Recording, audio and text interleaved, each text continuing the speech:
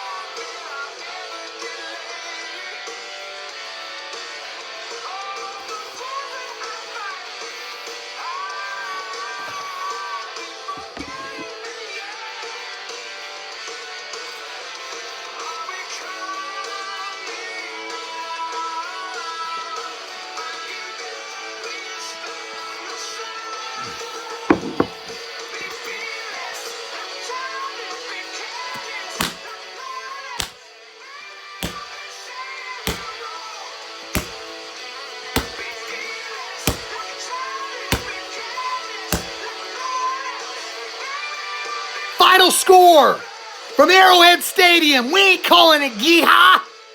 Your Kansas City Chiefs, 28. The Minnesota Vikings coming up north. Yeah, way up there, 25.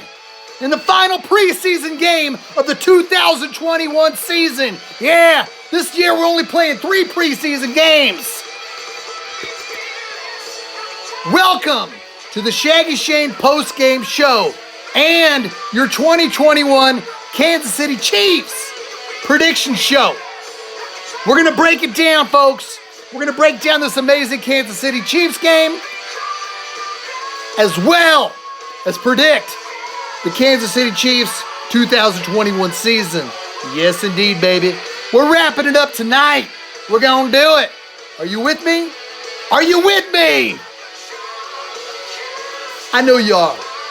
Ladies and gentlemen, boys and girls, Kansas City Chiefs freaks worldwide of all ages, your Kansas City Chiefs.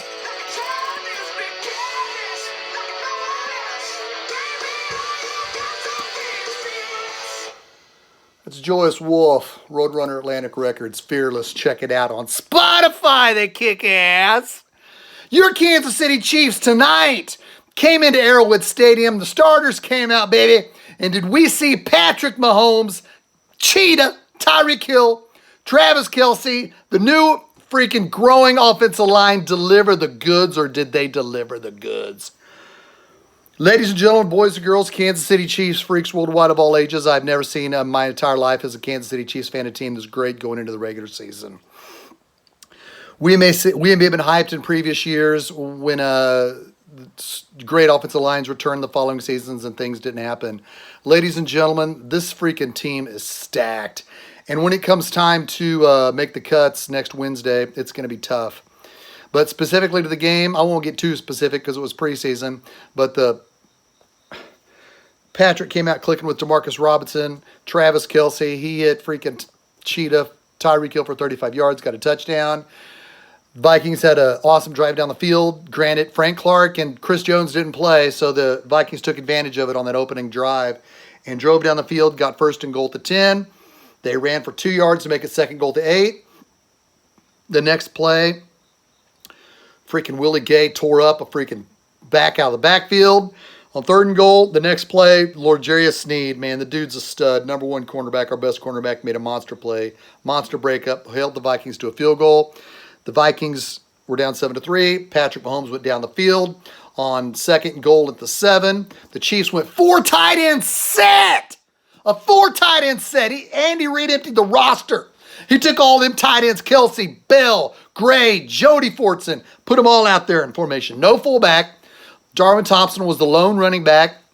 Patrick Mahomes rolls to his right, looks left, hits Blake Bell. Blake Bell makes the catch and touchdown. Jody Fortson spikes it, buddy.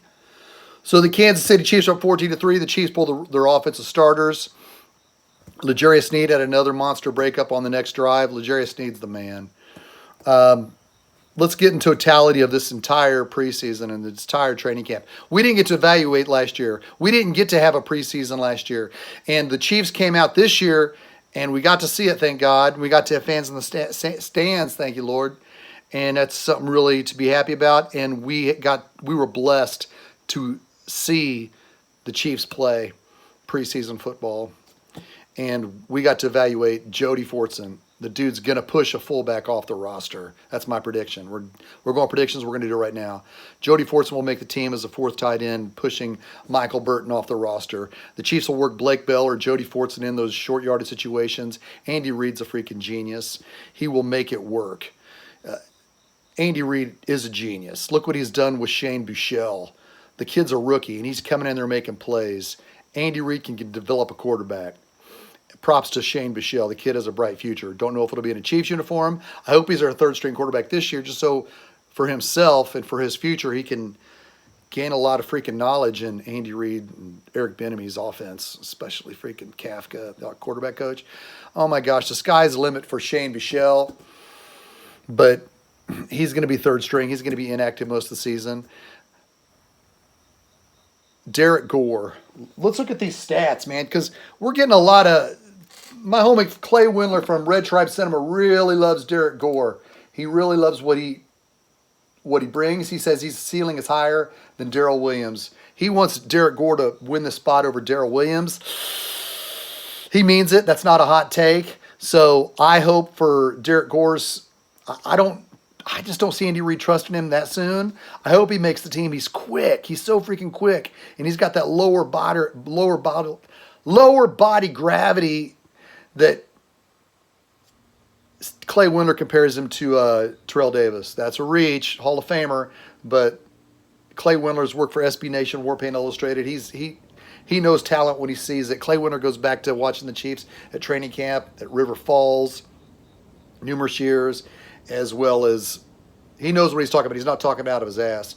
But I don't think the Chiefs will take Derek Gore over Darrell Williams because Darrell Williams is so valuable on special teams. I think these guys in the bubble that will make the team, Jody Fortson, Byron Pringle. Byron Pringle's, of course, not on the bubble, but these guys that aren't the premier receivers or running backs or linebackers or cornerbacks that are the final guys to make the roster are going to have to make the team on special teams. Like Jody Fortson, he's got to be able to be also a fullback in my prediction, as well as Blake Bell. These guys got to go up and down the field on special teams and make plays, because when you fill out the entire roster, a lot of these players are going to have to be on special teams. Darwin Thompson, he played today because Clyde Edwards-Helaire was inactive. Darrell Williams was inactive. So Darwin Thompson got to see a lot of playing time. He's on the bubble. Oh, man. There's a lot of good things going on. Demarcus Robinson had a good game today, but does he make the team? I know some people think Demarcus Robinson may not make the team. These cuts are going to be tough, and I'm on the edge of my seat to see who gets cut. I like what Darius Fountain did until today. It's not like Darius Fountain had a bad game today, but he just didn't have he didn't have any eye-opening catches like he did in the previous two. Marcus Kemp, Marcus Kemp has done enough to make this team. With Shane Buechele facing 3rd and 15 at the 22 with 26 seconds left in the first half, the way Shane Buechele got out of the pocket, looked down the field, opened his eyes, threw it down to Marcus Kemp. Marcus Kemp went up in front of two defensive backs of the Minnesota Vikings, made a hell of a catch for a touchdown. Marcus Kemp's had 2 straight good games in a row. He's been on the team now he's been off and on the team now for 4 years. He'd get cut sometimes and come back and get cut and come back, get cut and come back. You got to believe that he's the final wide receiver to make the team. I do not see how Cornell Powell makes this team. I just don't. I know everybody was high on him in training camp, but there's just too many other bodies. Darius Fountain's got to get some serious look. Byron Pringle's ahead of him. Demarcus Robinson's ahead of him. Marcus Kemp, I feel, is ahead of Powell. I wouldn't mind if Powell got cut and if we can get him back to the practice squad, but I just do not see how Cornell Powell makes this team with Robinson, Pringle, Kemp, Fountain, possibly Fountain.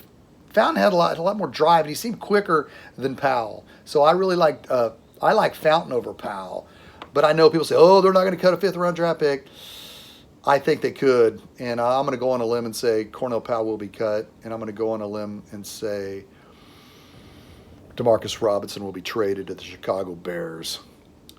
So I think the Chiefs will keep Kemp as a receiver. I think Kemp will be the final wide receiver to make the roster. Him and Fountain. But Fountain could be a tough cut. Gosh, it's going to be tough. It's going to be Darius Fountain or trade Demarcus Robinson to the Bears.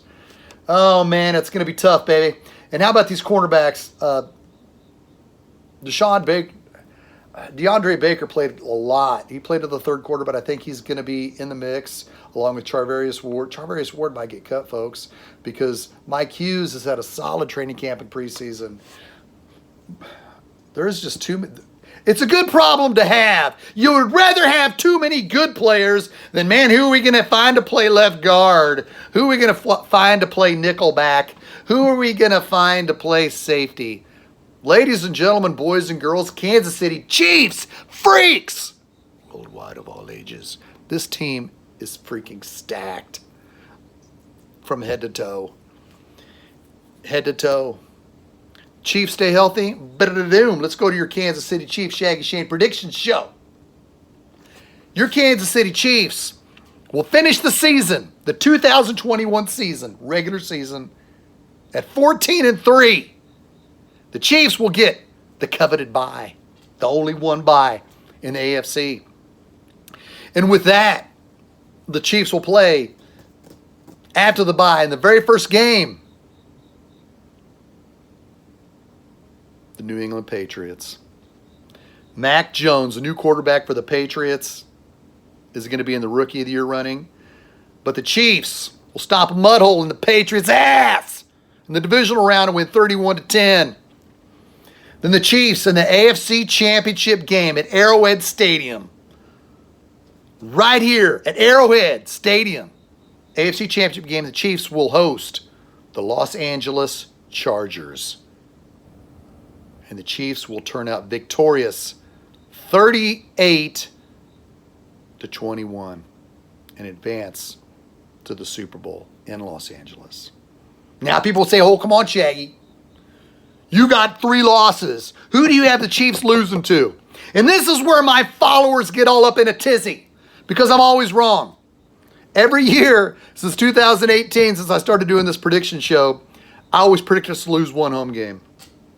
In 2018, I believe I picked the Chiefs to lose the Jaguars in a prediction show. And I got a lot of flack. We're not going to lose the Jaguars in October.